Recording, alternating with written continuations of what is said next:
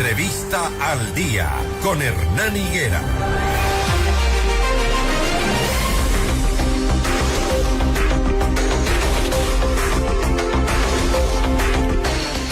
Y bien, el día de ayer fue una jornada de marchas, de contramarchas.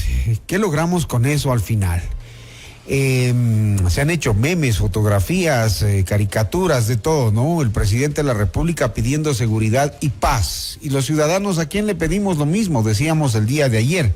Hola, Francisco Rocha, buenos días, periodista y analista político. ¿Cómo leemos? ¿Qué lectura le damos a esto de ver al presidente, todos los ministros, gobiernos, funcionarios, empleados públicos marchando en la ciudad de Guayaquil? Repitieron lo de Quito. Hernán, buenos días y buenos días a la ciudadanía. Bueno, en principio diría, los grupos que marchan tienen derecho a hacerlo, pero ¿qué está manifestando el señor presidente? El señor presidente está manifestando, repitiendo el discurso que hizo acá en Quito en la marcha que fue hacia la Corte Constitucional. Yo en lugar de la marcha hubiese contratado en último de los casos 2 o 3 buenos abogados o un equipo de abogados para que prepare los proyectos y para que vaya a la Corte con razones y no solamente con sentimiento. Porque lo que hemos visto ayer en uno y en otra marcha es los sentimientos que tenemos de desesperación por conseguir seguridad. Y eso tiene que ver con un plan. Y lamentablemente, claro, tenemos esta idea del plan Fénix. Nadie conoce bien, es secreto. El país respalda al presidente en el tema de la lucha contra la delincuencia organizada, pero no son marchas. Sinceramente, es penoso para la democracia, para el país en general, tener marchas y no propuestas. Porque las propuestas pueden ser, y ya las hemos visto, unas que si no cumplen el marco constitucional o si no se enfrenta directamente la anulación de la Constitución vigente, van a estar ahí. Este es el marco que nos regula a todos los ecuatorianos. Entonces el día de ayer vimos tanto en Quito como en Guayaquil unas marchas de esto quiero, los otros de esto no quiero, pero una propuesta concreta, porque también las organizaciones sociales, que es bueno que se manifiesten, que es bueno que mantengan una organización y una voz permanente. Uno diría, es el momento de propuestas, no solamente de marchas, Hernán. Exigirle a la Corte Constitucional lo que le exigieron ayer, que ya fue de forma un poco más indirecta, es repetir el grito de voz que se hizo acá en la ciudad de Quito, pero se ha dicho por parte de los analistas, la Corte no tiene nada que ver en cuanto a los temas de seguridad, sino más que de hacer respetar la línea constitucional, pero seguimos con el tema de este discurso y seguimos lamentando las muertes en las calles. Entonces, ¿a quién le pedimos seguridad? Bueno, de acuerdo al marco constitucional, el que tiene la obligación para eso es el gobierno nacional. Ahora, la institucionalidad del país también tiene que responder. Por suerte, el día de ayer en Guayaquil no vimos pancartas ni las fotos de los jueces acusándoles a ellos de ser los culpables, porque eso habría sido no solo injusto, sino que es tremendamente malo para la institucionalidad. El Ecuador le tiene que pedir al señor presidente, que yo veo que cuenta con el respaldo de los ciudadanos, están esperando un plan concreto, pero no solo un plan concreto sobre seguridad, sino un plan de gobierno. ¿Hacia dónde va el Ecuador? Nos está yendo bien en el desarrollo económico y eso también hay que enfrentar. Hay que ver algunas aristas que no han sido topadas ni enfrentadas y que pueden tener una explosión en muy corto tiempo. Nos ha ido bien en legitimar, digamos, la presidencia de la República con las visitas en la política exterior, tiene posiciones más firmes. Bueno, y en el resto, seguridad social, salud, son temas que hay que discutirlos y que no se hacen con marchas. Y si mañana marchan a exigirle al gobierno, el gobierno va a decir que le están boicoteando algo. La Corte Constitucional también debe, porque no se separa, digamos, de todo, debe administrar la Constitución tomando en consideración lo que está pasando. Pero si las preguntas que envía el señor presidente de la República a la Corte no están bien hechas, si los abogados que van en representación tanto del presidente cuanto de la Asamblea Nacional, donde tiene mayoría el gobierno nacional, son una vergüenza, uno dice entonces, ¿alguien habrá hecho estos proyectos de ley? ¿Por qué no les pedimos a quienes han hecho esos proyectos de ley que en base, ¿no es cierto?, con todos los... habrán estudiado, habrán visto cuántos son las proyecciones de la criminalidad? ¿Por qué son necesarias las propuestas que tiene? ¿Son o enmiendas o son reformas constitucionales? Vemos que en las nuevas que viene el tema del Consejo de Participación Ciudadana, diciendo que quiere limitar las atribuciones que tienen.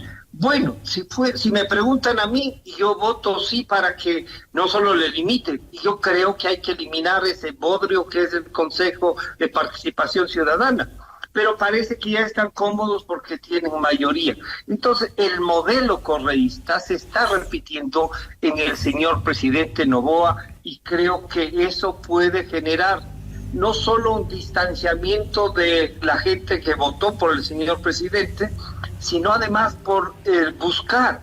Claro, es un momento difícil para el Ecuador, no tenemos institucionalidad, no tenemos partidos políticos, la única estructura más o menos que existe es la de la Revolución Ciudadana, la vieja Alianza País, con un líder que termina entrevistando a un dictador y termina aceptando ser asesor.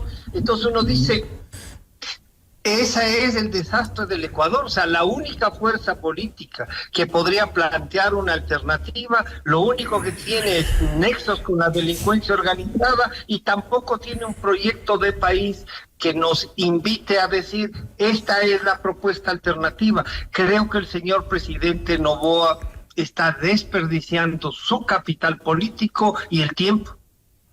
Exactamente, el tiempo, ¿no? ¿Qué resultados dan las fusiones de los ministerios más que acortar el gasto corriente, más que dejar más gente en el desempleo? Pero ¿qué resultados? Porque pregunto esto, porque como que nos estamos quedando también sin instituciones y las que están quedando no funcionan. Hay un ejemplo, el registro civil.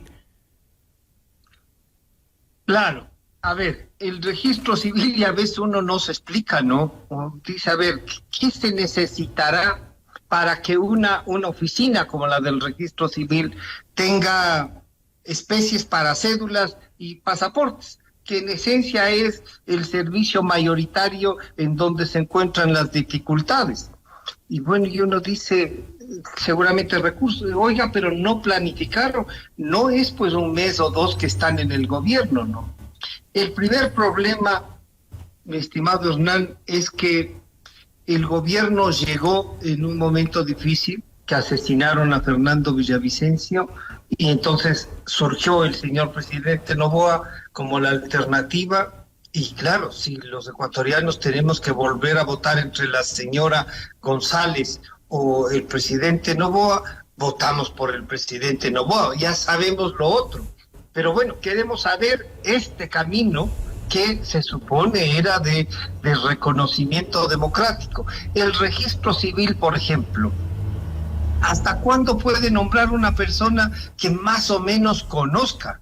Alguien ha de haber. Y cuando Hernán nos recuerda el tema de desvincular, sí, creció la parte burocrática en casi 225,000 funcionarios públicos que se han quedado desde hace ya casi 15 años.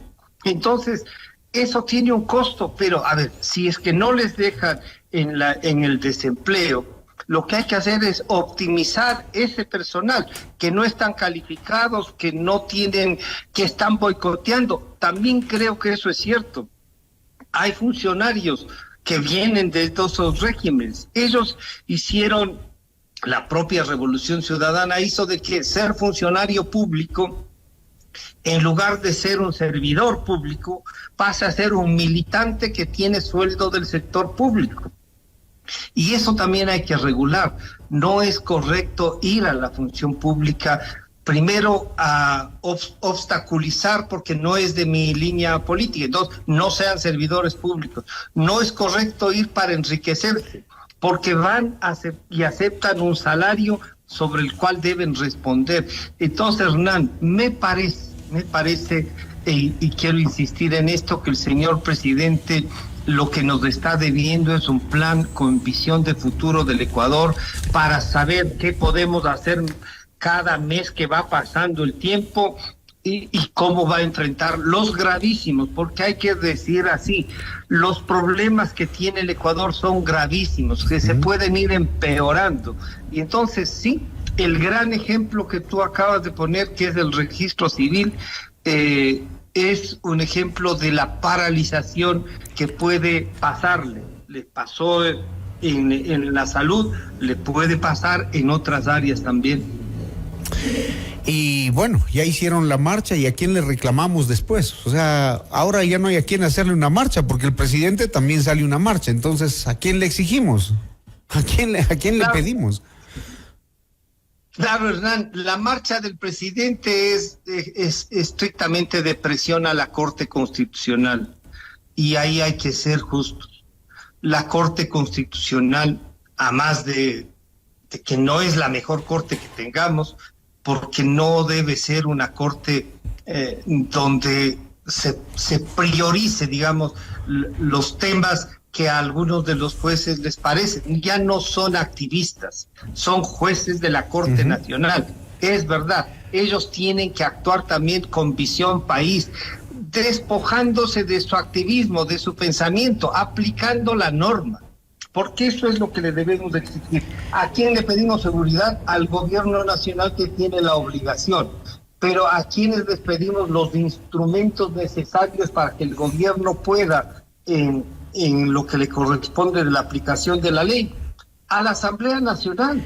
No es una buena asamblea porque acepta todo lo que le mandan, así que manden basura. No es una buena asamblea esa. Y luego la Corte Constitucional. Tienen que, insisto, ¿qué podríamos decir? La defensa o los argumentos presentados tanto por los abogados del presidente cuanto por los abogados de la Asamblea es una vergüenza. No son ellos los que han hecho las leyes, entonces por lo menos hay que pedir a quien se inventó la ley que vaya a defender por qué puso esos artículos y para qué necesita. Porque lo que tienen es que decirle a la Corte: estas son las necesidades, para eso necesitamos que nos permitan transitar por estas reformas legales o constitucionales.